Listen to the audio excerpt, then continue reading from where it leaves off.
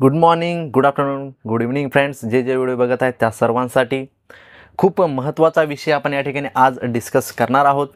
तर स्वागत आहे आपल्या सर्वांचं मराठवाडा अकॅडमीच्या ऑनलाईन लर्निंग प्लॅटफॉर्ममध्ये. मित्र हो, नुकताच तलाठी भरतीचा 2023चा या ठिकाणी रिझल्ट जो आहे तो प्रकाशित झालेला आहे. तर यामध्ये खूप साऱ्या घडामोडी घडत आहेत की परीक्षा ही 200 गुणांची असताना विद्यार्थ्यांना 200च्या प्लस कसे गुण या ठिकाणी मिळालेले आहेत त्याबद्दलच आपण सविस्तर यावर चर्चा करणार आहोत. आपल्या सर्व प्रश्नांचं उत्तर आपल्याला या व्हिडिओमध्ये मिळून जाईल आणि यानंतरही जर तुमच्या काही क्वेरीज असतील तर तुम्ही कमेंट बॉक्समध्ये मेन्शन करा. आपण त्याबद्दल योग्य तो तुम्हाला या ठिकाणी उत्तर देण्याचा प्रयत्न करणार आहोत. तर चला जास्त वेळ न घेता या ठिकाणी बघूया आपण. तर बघा, जे तलाठी भरतीमध्ये विद्यार्थ्यांना 200च्या वर गुण मिळाले आहेत ते योग्य आहेत का TCSने काही घोळ केलेला आहे का, त्यांच्याकडून काही मिस्टेक झालेली आहे का, काही गैरप्रकार यामध्ये घडलेला आहे, ही संपूर्ण प्रश्न या ठिकाणी आपल्यासमोर या ठिकाणी निर्माण होत आहेत. पण त्यावर बोलण्याच्या अगोदर आपला हा एवढाच पर्पज आहे की TCS जे विविध परीक्षा कंडक्ट करतं सेंट्रल गव्हर्नमेंटच्या, स्टेट गव्हर्नमेंटच्या, त्यामध्ये कशा प्रकारे नॉर्मलायझेशन करण्यात येतं अगोदर त्याबद्दल आपण चर्चा करूया. नंतर आपण या गोष्टीकडे वळूया. तर बघा, सर्वात अगोदर मी तुम्हाला 2 बेसिक गोष्टी सांगतो. या ठिकाणी नॉर्मलायझेशनसाठी आपल्याला TCSने जो फॉर्म्युला दिलेला आहे तुम्ही या ठिकाणी बघू शकता. हाच तो फॉर्म्युला आहे. तुम्हाला जर याची PDF बघायची असेल तर मी डिस्क्रिप्शन बॉक्समध्ये टेलिग्राम चॅनलची लिंक मेन्शन करतो. तुम्ही त्या ठिकाणी टेलिग्राममध्ये लिमिटेड मेंबर आहे त्या ठिकाणी जॉईन होऊन ती PDF तुम्ही वाचू शकता. तर बघा, हा जो फॉर्म्युला आहे हा मी 3 भागामध्ये डिवाईड केलेला आहे जेणेकरून तुम्हाला सर्वांना समजेल. तर बघा, MIJ म्हणजे काय आहे, हे आपले मार्क आहेत स्वतःचे, जे तुम्ही जे प्राप्त केले आहेत परीक्षेमध्ये ते मार्क आहेत MIJ. त्यानंतर बघा MGT म्हणजे टॉपचे जे 0.1% स्टुडंट आहेत, जे सगळ्या शिफ्टमधले टॉपर्स आहेत 0.1%, त्यांचे गुण म्हणजे आहेत MGT. त्यानंतर बघा MGQ म्हणजे काय आहे, average of all students in all shifts, म्हणजे ॲव्हरेज मार्क आहेत सगळ्या शिफ्टमधील विद्यार्थ्यांचे. ॲव्हरेज मार्क आहेत सर्व शिफ्टमधील विद्यार्थ्यांचे.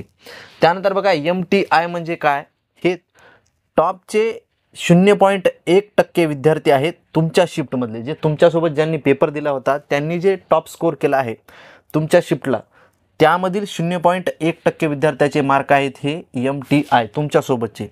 त्यानंतर बघा MIQ म्हणजे हे मार्क कसे आहेत बघा, average of all students in your shift, म्हणजे तुमच्या शिफ्टला तुमच्यासोबत ज्याही विद्यार्थ्यांनी पेपर दिला आहे त्यांचे ॲव्हरेज मार्क म्हणजे MIQ हे आहेत. त्यानंतर बघा पुढे वळूया आपण. हे MIJ म्हणजे आता सांगितलं तुम्हाला मी, हे तुमचे मार्क आहेत MIJ म्हणजे. त्यानंतर खूप महत्त्वाचं आहे MIQ म्हणजे बघा, all students mark your shift, म्हणजे तुमच्या शिफ्टमधील सर्व विद्यार्थ्यांचे मार्क म्हणजे काय आहेत MIQ. जेही तुमच्यासोबत ज्याही विद्यार्थ्यांनी पेपर दिला आहे तुमच्या शिफ्टला त्या सर्वांचे मार्क आहेत MIQ. त्यानंतर पुढे बघा MGMQ म्हणजे average marks of candidates of higher scoring shifts, म्हणजे ॲव्हरेज मार्क आहेत संपूर्ण शिफ्टमध्ये जे सगळ्यात जास्त स्कोरिंग शिफ्ट होत्या त्यांचे ॲव्हरेज मार्क आहेत, म्हणजे ज्याही शिफ्टमध्ये सगळ्यात जास्त मार्क पडत होते किंवा ज्याही सोप्या स्वरूपाच्या ज्या शिफ्ट म्हणतो ज्यामध्ये हाय स्कोरिंग झालेले आहे त्यांचे ॲव्हरेज मार्क त्या विद्यार्थ्यांचे हे म्हणजे आहेत MGMQ. तर बघा, आता सुरुवातीला मी तुम्हाला सांगितलं कोणत्या प्रकारचे कोणते मार्क या ठिकाणी दर्शवितात. तर बघा, मार्क कशा प्रकारे इन्क्रीज होतात आता तुम्ही या ठिकाणी बघू शकता. मी थोडक्यामध्ये एक्सप्लेन करेन, जास्त डीपमध्ये गेलं तर ते तुम्हाला खूप लेंदी होऊन जाईल. तर बघा, या ठिकाणी जे व्हॅल्यू आहेत ती कधीच तुमची कमी होणार नाही. या ठिकाणी मायनसमध्ये म्हणजे तुमचे मार्क कमी होणार नाहीत, ते या ठिकाणी तुमचे मार्क प्लसमध्येच राहतील.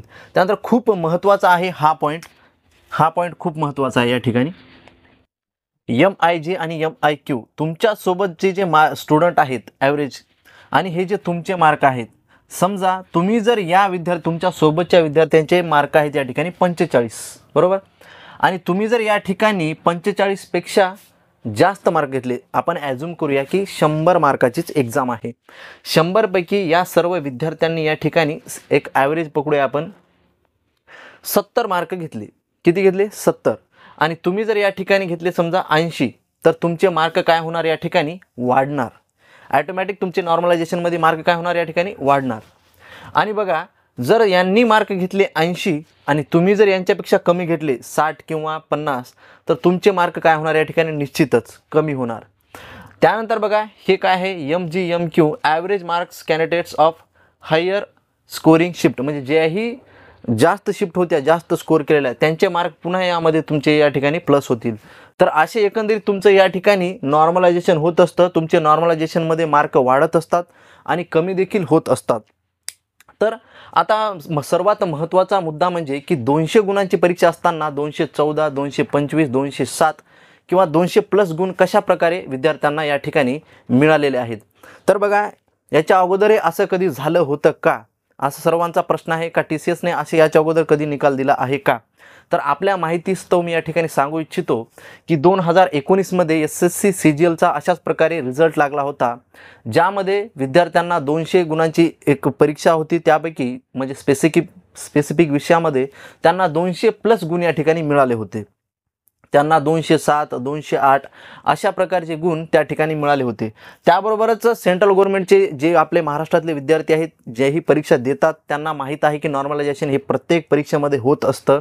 गुण हे कमी जास्त होत असतात. आपण SSC GDमध्ये देखील बघतो, त्याबरोबर रेल्वेमध्ये देखील बघतो. त्यामुळे जे विद्यार्थी जुने आहेत त्यांना माहीत आहे की हे जे आहे नॉर्मलायझेशन जास्त किंवा कमी होत राहत असतं. पण सर्वात महत्त्वाचा मुद्दा म्हणजे SSCने जो रिझल्ट 2019मध्ये दिला होता, त्यामध्ये तुमचे रॉ मार्क या ठिकाणी इन्क्लूड केले होते.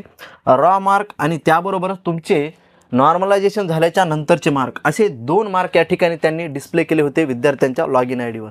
पण या ठिकाणी रॉ मार्क आणि नॉर्मलायझेशन झालेले मार्क या ठिकाणी दिलेले नसल्यामुळे विद्यार्थी खूप मोठ्या या ठिकाणी संभ्रमामध्ये आहेत की एवढे मार्क कसे या ठिकाणी वाढलेले आहेत. आणि नॉर्मलायझेशन होत असताना TCS विविध परीक्षेमध्ये, त्याबरोबर IBPS देखील नॉर्मलायझेशन करत असतं. तर एकंदरीत 20 ते 25 मार्क या ठिकाणी वाढत असतात. सरासरी म्हणतोय मॅक्झिमम 20 ते 25 मार्क या ठिकाणी इन्क्रीज होत असतात आणि कमी देखील होत असतात. त्यामुळे कसं आहे बघा, आणि या नॉर्मलायझेशनची गरज अशामुळे आहे की एकाच वेळेस परीक्षा एवढी मोठ्या विद्यार्थ्यांची, जवळपास कोणत्याही परीक्षेत आजकाल 1,00,000-2 लाख विद्यार्थी परीक्षा देत असतात. त्यामुळे खूप मोठ्या प्रमाणात परीक्षा होत असतात. एवढ्या सगळ्या विद्यार्थ्यांची परीक्षा एका दिवशी घेणं शक्य नसल्यामुळे हा जो पेपर आहे तो विविध शिफ्टमध्ये होत असतो. आणि सर्वांना प्रश्न कसा आहे बघा, बरेच विद्यार्थी काय करतात, मेमरी बेस्ड प्रश्न बाहेर येत असतात, बरोबर आहे. आता ॲज्युम करा तुम्ही जरी पेपर लागले तर तुम्हाला 4 ते 5 क्वेश्चन या ठिकाणी तुमच्या लक्षात राहतात. तुम्ही बाहेर आल्याच्या नंतर ते तुमच्या मित्रमंडळींना किंवा सांगू शकता. त्यामुळे प्रश्न ॲज इट इज रिपीट न होता प्रश्नाचं स्वरूप कसं आहे बदलत असतं, त्याची लेंथ कशी आहे वाढत जाते किंवा डिफिकल्टी थोडी वाढत जाते. त्यामुळे सर्वांना एक समान नॉर्मलायझेशन करण्यासाठी हा जो फॉर्म्युला आहे या ठिकाणी अवलंबिला जातो. आणि सेंट्रल गव्हर्नमेंटच्या बऱ्याच परीक्षेमध्ये असं होत असतं. मात्र आता सर्वात महत्त्वाचं म्हणजे आता परीक्षा जी झाली आहे किंवा रिझल्ट जो डिक्लेअर झालेला आहे, पुन्हा परीक्षा होईल का किंवा परीक्षा होणार आहे का, ही परीक्षा रद्द होईल का, पुन्हा कट ऑफ लागेल का. तर यावर मित्र अद्यापही आपण काही बोलू शकत नाही. वेळोवेळी अपडेट आल्यानंतरच आपल्याला कळेल की नेमकं काय होणार आहे. मात्र हे जे नॉर्मलायझेशन झालेलं आहे, याच्या अगोदरच्या परीक्षेमध्ये देखील असंच नॉर्मलायझेशन झालं होतं. आपण वन विभागामध्ये देखील बघितलं होतं की विद्यार्थ्यांना स्कोअरपेक्षा जास्त मार्क नॉर्मलायझेशनमुळे झालेले आहेत. तेथे देखील हाच प्रश्न उपस्थित होता. पण असं पहिल्यांदा न होता याच्या अगोदरही या ठिकाणी असं झालेलं आहे. पण असं म्हणतो की आपण जे आपले विद्यार्थी आहेत महाराष्ट्रामधील ग्रामीण भागातील जे 2-2, 3-3 वर्षापासून या ठिकाणी स्पर्धा परीक्षेची तयारी करत आहेत, सरळ सेवेची तयारी करत आहेत, त्या सर्वांनी या ठिकाणी खूप मन लावून अभ्यास केला होता. ज्याही विद्यार्थ्यांना जेव्हा मार्क कळाले की बाबा कोणी 180च्या प्लस आहे, कोणी 90 आहे, हे सर्व विद्यार्थी काय होते, एकदम खुश होते किंवा सॅटिस्फाय होते की आपला रिझल्ट निश्चितच येणार आहे म्हणून. पण एकंदरीत नॉर्मलायझेशन झाल्याच्या नंतर जे विद्यार्थी वर होते ते खाली आलेले आहेत आणि जे विद्यार्थी खाली होते ते खूप वर गेलेले आहेत किंवा जे सिलेक्शन प्रोसेसमध्ये होते त्यांचं सिलेक्शन झालेलं आहे. त्यामुळे बऱ्याच विद्यार्थ्यांना वाटतं की या ठिकाणी काहीतरी फ्रॉड झालेला आहे किंवा आपली फसवणूक झालेली आहे, काही गैरप्रकार यामध्ये झालेला आहे. पण असं अद्याप आपण काही म्हणू शकत नाही. जर तसं झालं असेल किंवा शासनाच्या निदर्शनास आलं असेल किंवा आपल्याही काही सोर्सेसद्वारे त्यांना कळालं असेल तर याबद्दल योग्य तो निर्णय विद्यार्थ्याच्या बाजूने येईलच असं आपण या ठिकाणी गृहीत धरूया. आणि सर्वात महत्त्वाचं म्हणजे एक ओपिनियन आपलं सामान्य विद्यार्थ्यांच्या नात्यानं जर सांगायचं झालं तर या ठिकाणी ह्या ज्या स्वरूपाच्या परीक्षा आहेत आता आपण बघू शकतो महाराष्ट्रामध्ये MPSC असो किंवा केंद्र शासनाचे UPSC असो, ह्या ज्या परीक्षा आहेत या ऑफलाईन स्वरूपातच असतात, बरोबर आहे. आणि त्यांच्या परीक्षा चार्ज देखील जे शुल्क आहे ते खूप कमी आहे. आपण या ठिकाणी 1900 रुपये चलन देऊन किंवा परीक्षा देऊन देखील आपल्याला योग्य तो या ठिकाणी निर्णय जर मिळत नसेल तर आपल्याबद्दल संभ्रम निर्माण होणं ही एक साहजिक गोष्ट आहे. त्यामुळे अशा प्रकारच्या ज्या परीक्षा आहेत ते निश्चितच ऑफलाईन स्वरूपातच व्हायला हव्यात, जेणेकरून सर्वांना समान संधी मिळायला हवी आणि सर्वांना योग्य तो असा निर्णय लागेल अशीच परीक्षा या ठिकाणी झाली पाहिजे. त्यामुळे येणाऱ्या काळामध्ये देखील असं याबद्दल जर योग्य तो निर्णय शासन देईलच याबद्दल आपल्या सर्वांची या ठिकाणी लक्ष राहणारच आहे. त्यामुळे कोणीही या ठिकाणी निराश होऊ नका. नॉर्मलायझेशन हे अशा प्रकारे होत असतं.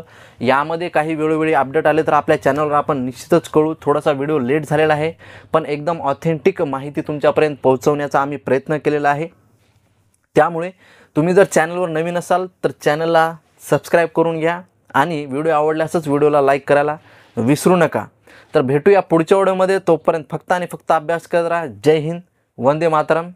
थँक्यू.